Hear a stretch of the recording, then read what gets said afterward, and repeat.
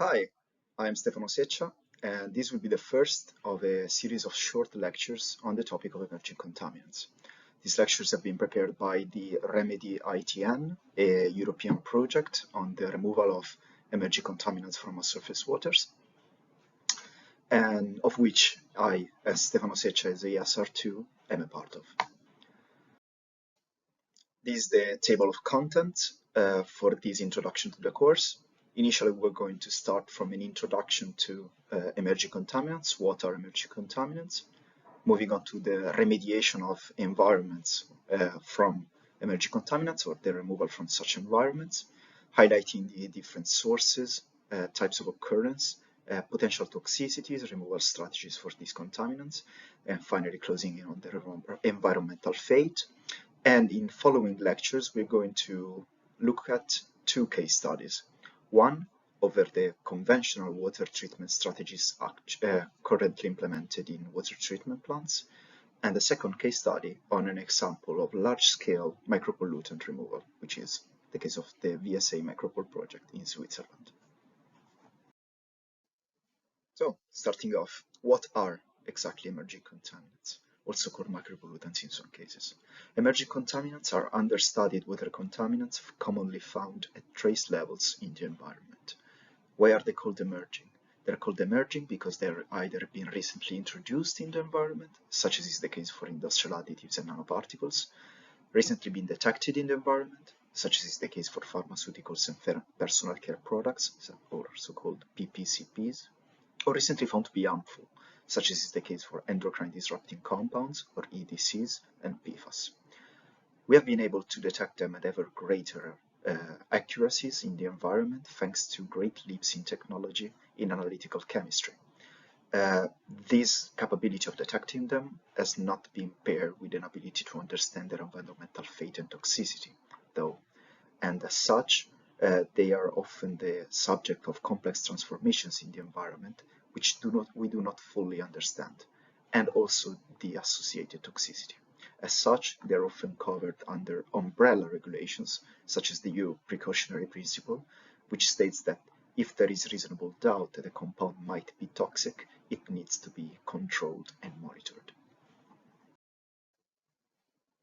Emerging contaminants are an heterogeneous group composed of substances with vastly different chemical and physical properties. Some examples may include PFOS and PFOA, common PFAS or PFCs as well, perfluorinated compounds, which are common industrial additives, pharmaceuticals such as carbamazepine, diclofenac, iopamidol, which is a contrast media, other personal care products such as galaxolide, and many other. It is outside the scope of this lecture to teach you about them all, but what is important to understand is that the common link between emerging contaminants is not a physical or chemical one, but in terms of environmental significance. Emerging contaminants have been found globally and at ever-increasing levels, due both to their increased use, particularly in the case of developing countries, and thanks to the increased detection capabilities we've introduced earlier. In the graph to the right, you can see the cumulative concentration of emerging contaminants divided by the most important cities in the world on the x-axis, and you can see highlighted in the blue boxes the cities in developing countries. In addition, emerging contaminants have been found ubiquitously in surface water, in groundwater, even in drinking water, as they often evade conventional water treatment processes, and even in people's blood.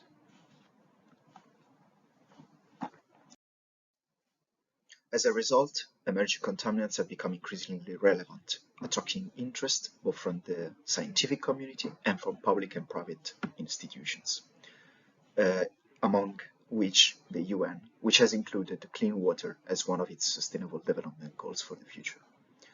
One of the latest regulations, including emerging contaminants in its text, is the EU Directive 2020-2184, which lists a series of emerging contaminants such as PFAS, some pesticides, and personal care products and pharmaceuticals. A common issue with emerging contaminants is that they evade conventional wastewater treatment processes. They are not designed for them after all. As such, they may end up in surface and groundwater, and from there into drinking water, to which we may be exposed chronically. As such, there is the need to develop auxiliary treatment processes specifically for emerging contaminants, or to upgrade and improve our existing processes for their removal. How can we tackle emerging contaminants pollution and remediate environments from them? It is an interesting science which involves different steps of a process. First of all, we must identify the sources, close the tap as you will. We can identify point sources, such as the manufacturer for an industrial additive, or a diffuse source, such as an entire agricultural field in the case of pesticides. Following this, we must define their occurrence, their distribution. Some of these may be seasonal, such as microcysteines, while some may be found year-round, such as PFAS. Some again may be found only in surface water, some only in groundwater, and some in both. After this, we must understand and quantify their toxicity. This often involves a review of existing scientific literature and present and future regulation, although this is often the material on emerging contaminants is often insufficient due to their recent interest. Finally, we must identify potential treatment strategies.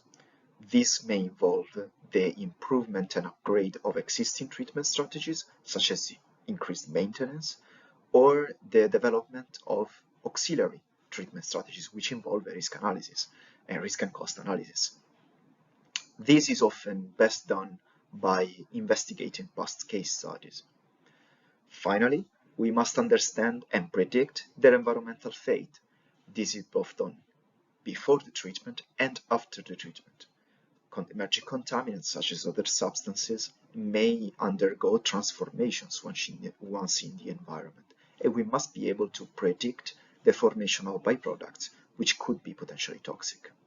As such, there are multiple factors to consider: technical, financial, legislative, and environmental. And as such, available remediation strategies, which there are many of them, must be adapted to each case scenario. And it is intrinsically an interdisciplinary science. Let us start from the sources. We may identify point sources of emerging contaminants. These are localized areas which can be isolated as the primary sources in a given area of emerging contaminants. This may be, for example, for PFAS, an industrial additive, manufacturing plants, or for pharmaceutical compounds, hospitals, and hospital wastewater. On the other hand, we may not be so lucky and instead be working with diffuse sources of emerging contaminants, which are spread out areas where environmental processes such as rainfall and surface runoff may cause the delocalized discharge of these pollutants. This is often the case with pesticides, as agricultural fields may be entire diffuse sources, or cyanotoxins, where algal blooms may be difficult to localize within a surface water body. Overall, the prevention of release, and thus acting at the source, is one of the most efficient strategies in the removal of emerging contaminants. This is often exemplified by the case study of the PFAS contamination in the Veneto region in Italy, where the first interventions were on the point source of contamination, a manufacturing plant, in order to interrupt their continuous release in the environment. After having identified the sources of emerging contaminants, we may want to focus on the distribution and occurrence of these contaminants. In terms of temporal distribution, we may identify compounds that are seasonal, where pollution from these compounds is localized at specific times of year, which may coincide with human activities or other climatic phenomena. This is, for example, the case with cyanotoxins produced by cyanobacteria particularly during algal blooms, which are localized in summer to autumn. On the other hand, we may have compounds which are more stable and found throughout the year, not temporarily localized in a given time of year. This is often the case with highly persistent compounds, such as many industrial additives, including PFAS, which are found year-round. As with regards to spatial distribution, on the other hand, we may find compounds that are present in surface water only, such as most cyanotoxins, because they are produced by cyanobacteria, which are photosynthetic compounds found in surface water bodies, such as lakes and rivers, or compounds that are mostly found in groundwater, such as some metals, but not limited to groundwater. Some are filtered and thus accumulated in soils due to their hydrophobicity and chemical nature, such as many pesticides, while others remain in the aqueous matrix, such as many hydrophilic and soluble pharmaceuticals. Understanding the toxicity of compounds is of primary importance in their control and in the definition of threshold values, which are values above which action must be taken. The issue with emerging contaminants is that in some cases, threshold values have yet to be defined for these contaminants because they are so recent and emerging. One such case is the PFAS contamination in the Veneto region of Italy in 2013, where no threshold values had yet been defined, and remediating action had to be taken before the definition of threshold values by the relevant authorities, which did so quite quickly after the perceived emergency. As such, threshold levels need to be determined based on the available scientific literature, which can be limited in the case of emerging contaminants. In such cases, tools that are often employed to face this situation include watch lists of compounds which need to be monitored regardless of the definition of threshold values, and the definition of umbrella precautionary values. The toxicity of a compound, particularly for hydrophobic emerging contaminants, may also come in the form of bioaccumulation and biomagnification. Bioaccumulation is defined as the increased gradual accumulation of a compound in the body of an animal over the course of its lifetime, while biomagnification is defined as the gradual increase in the concentration of a toxic compound along the food chain. This is due to the potential accumulation of these compounds in our body tissues, such as fat tissue, or organs such as kidneys and liver. The longer the biological half-life of a compound inside an animal's body, the greater risk of poisoning. If accumulation happens, the levels within a human body or an animal body may be greater than the environmental concentration. For example, the half-life of PFOS and PFOA, which are two perfluorinated compounds, also called PFAS, in the human body are 5.4 years and 2.9 to 8.5 years, respectively. There are also great difficulties in determining and isolating the influence of a single emerging contaminant on rates of disease within ecotoxicological study due to often the presence of many environmental variables which may skew and influence the results. The best available strategies currently available for the large-scale removal of emerging contaminants, also called micropollutants, are, which will be explained in further detail later, adsorption on activated carbon, both powdered, granular, and biologically active, advanced oxidation processes, and particularly the application of ozone treatment, and membrane systems, such as nanofiltration and reverse osmosis. Numerous other treatments are in the research and development phase, and not all treatments work on all compounds. In addition, in each case, some treatments may be applicable and some may not. As such, a case-specific assessment of the most suitable technology is often necessary for each case scenario. This may include an evaluation of the characteristics of the incoming water, of the area served, the present and planned infrastructure, which are among the relevant factors. In general, it is often the best course of action to use a multi-layered system of multiple subsequent treatment strategies to cover the widest possible range of compounds. These strategies will complement themselves and produce the optimal outcome, which is the complete removal of these micropollutants. As introduced earlier, the investigation of the environmental fate of emerging contaminants, so what happens after they're released in the environment, is extremely relevant both before treatment and after treatment. We cannot just forget about them after treatment. Different things may happen, and one such example of something that may happen after the release of contaminants in the water is the formation of disinfection byproducts. Disinfection is a process that is often employed in water treatment plants, both wastewater and drinking water treatment plants, which includes the disinfection of water from existing Emerging contaminants can undergo various transformations once they enter the environment as a result of the many possible interactions with natural organic matter, so organic matter naturally present in surface waters and other environments, partial or complete microbial metabolism, or incomplete by degradation by the treatment processes themselves. The products of such transformations are commonly called transformation products, which are different from the parent compound, which is the initial emerging contaminant.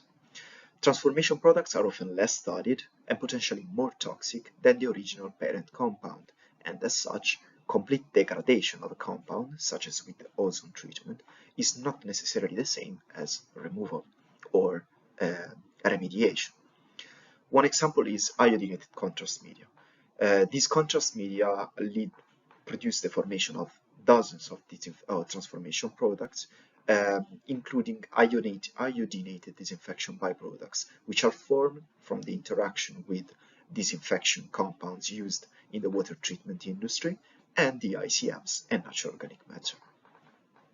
Oxidation of ICMs, such as via advanced oxidation processes or AOPs, promote the formation of iodinated disinfection byproducts, which are more toxic than the ICMs themselves.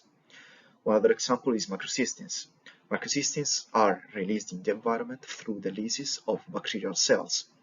This may be externally caused by oxidation, which thus causes the release of macrocystins in the environment, which would not happen, for example, if oxidation had not taken place, and as such, low oxidation treatment regimes may aggravate macrocystin contamination and must be thus used carefully.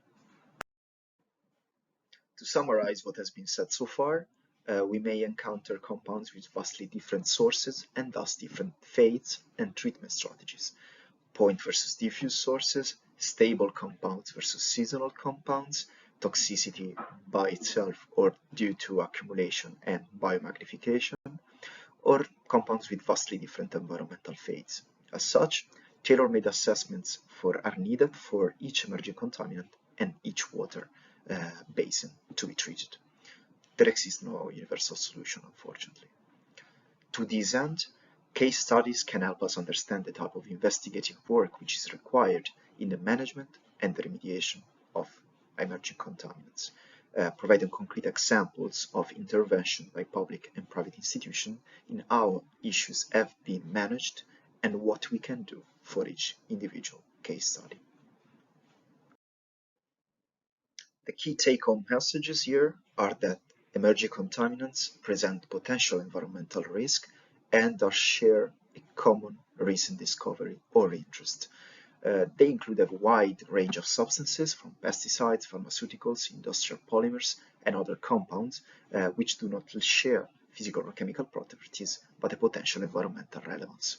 They are globally identified and increasingly common, both to their increased usage and for great improvements in detection capabilities in analytical chemistry. And finally, they have different sources, properties, environmental fates, and thus different remediation strategies, also including the fact that not all remediation strategies may be applied in every case study. As such, water remediation from emerging contaminants is an interdisciplinary research topic at the crossroads of surface chemistry, physics, biology, and environmental science.